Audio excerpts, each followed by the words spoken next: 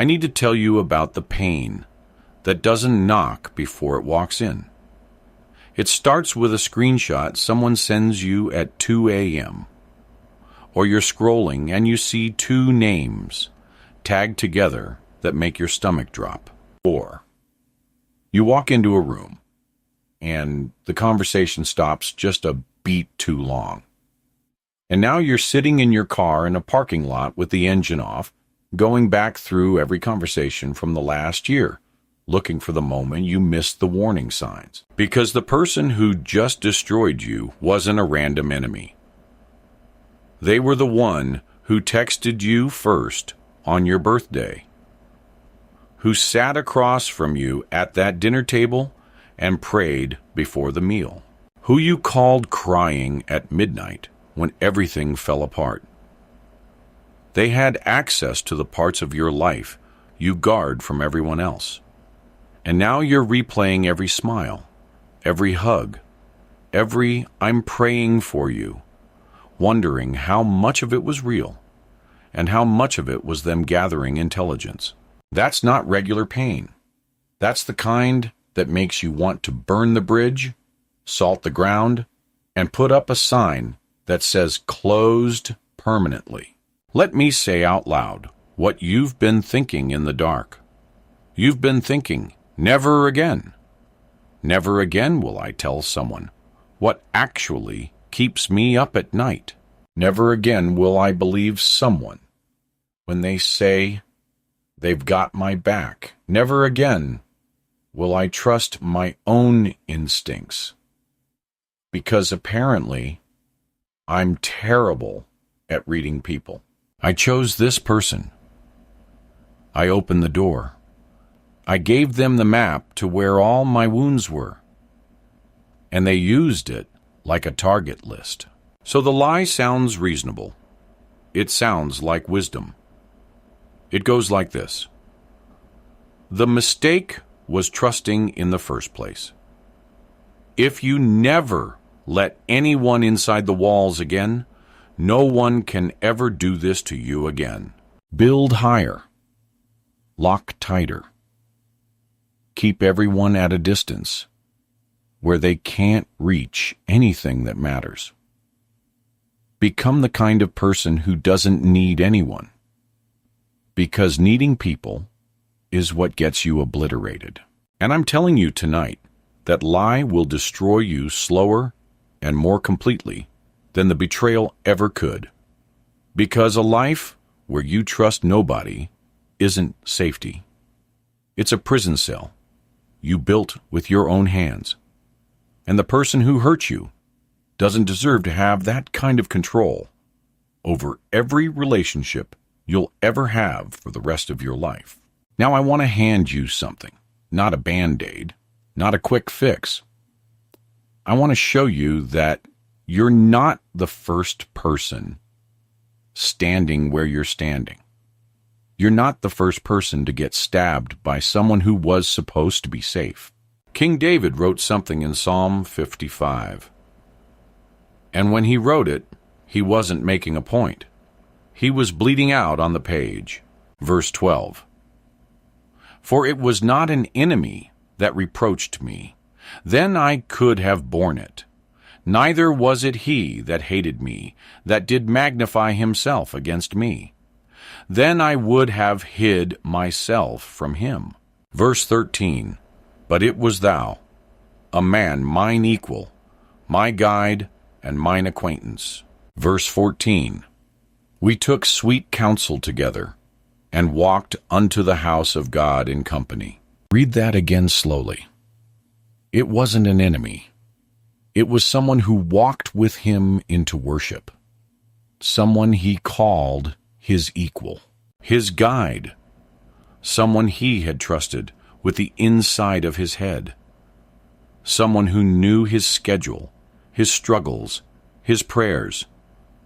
And that person turned. David is saying what you've been afraid to say out loud. If this had been someone I expected to hurt me, I could have prepared. But this was someone who sat at my table, who knew where I kept the things I don't show anyone. And here's what David does that you need to pay attention to. He doesn't pretend it's fine. He doesn't slap a worship song on it and call it healed. He tells God exactly how bad it is. Verse 21. The words of his mouth were smoother than butter, but war was in his heart. His words were softer than oil, yet were they drawn swords. That's not poetry. That's a crime scene description. David is documenting what happened. This person's voice was smooth. Their words sounded kind. And the entire time, they had a weapon in their hand behind their back. You need permission to stop minimizing it, to stop making excuses for them, because they're still at church, or because they apologized once, or because everyone else still thinks they're great. It was that bad. They knew what they were doing. And the fact that it hurts this much doesn't mean you're fragile. It means you loved someone who didn't deserve it. But watch what David does next. Verse 22. Cast thy burden upon the Lord, and he shall sustain thee. He shall never suffer the righteous to be moved. Notice what that doesn't say. It doesn't say the burden vanishes. It doesn't say you'll wake up fine tomorrow. It says cast it on the Lord, and he will sustain you. He will hold you upright while you're carrying something that should have flattened you. The word sustain in the Hebrew is kul. It means to contain, to keep together, to keep from collapsing. God is not promising you that betrayal won't happen. He's promising you that when it does, he will be the thing keeping your lungs working when you forget how to breathe. Now I want to talk to the person thinking, I can't trust God either, because I prayed about this person. I thought God led me to them. And if God let this happen, then what's the point of praying about anything ever again? Proverbs chapter 3, verse 5. Trust in the Lord with all thine heart, and lean not unto thine own understanding. Here's what that doesn't mean. It doesn't mean your understanding is worthless. It means your understanding is incomplete. You saw part of the picture. You saw someone who seemed trustworthy. You didn't see what they were planning 3 months ago. You didn't see the choice they made in secret that set this whole thing in motion. You didn't see the whole board, but God did. And the fact that he allowed you to walk through this doesn't mean he abandoned you. It means he's writing a story where the betrayal is one chapter, not the last page. You can't see what's coming next, but he can. And he's not scrambling to fix what just happened to you. Romans chapter 8, verse 28. And we know that all things work together for good to them that love God, to them who are the called according to his purpose. I know you don't want to hear that verse right now. I know it feels like someone's trying to put a bumper sticker over a knife wound. But look at what it actually says. It doesn't say all things are good. It says all things work together for good. The betrayal isn't good. The pain isn't good. But God specializes in taking the worst thing that ever happened to you and turning it into the foundation for something the enemy never saw coming. The person who hurt you thought they were ending your story.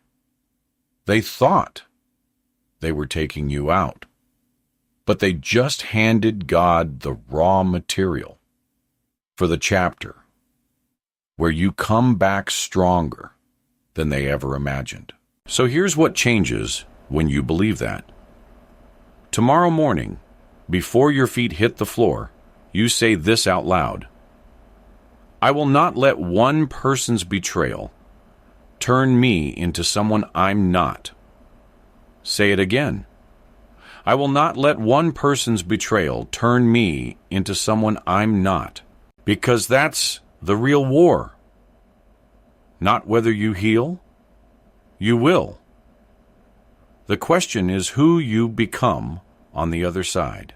Whether you let this make you bitter or make you wiser. Whether this turns you cold or turns you careful. Wisdom knows the difference between trust and stupidity. Wisdom doesn't hand the keys to someone who just showed up yesterday. But wisdom also doesn't weld the door shut because one person kicked it in. You're going to trust again. Not the same way, not at the same speed, but you're going to trust again, because a life without trust isn't a life. It's surviving. And you were not created to survive. You were created to live fully, love dangerously, and build something that outlasts you. And none of that happens behind walls. So high nobody can reach you.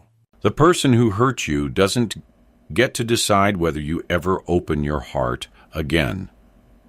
God does. And He's not finished with you yet.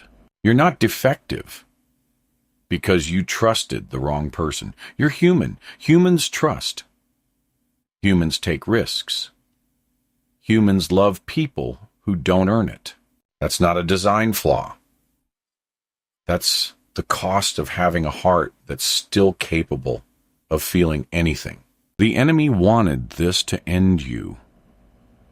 He wanted you isolated, paranoid, locked down, unreachable.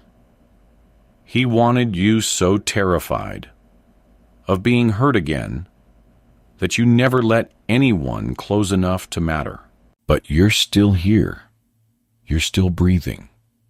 You're still capable of feeling, which means you're still capable of healing. The betrayal wasn't the end of your story. It was the end of their access to your story. And the next chapter? The one where you get back up, shake the dust off, and decide that one person's failure doesn't get to define the rest of your life. That chapter is going to destroy every plan the enemy had for you. You're not who they said you were when they walked away.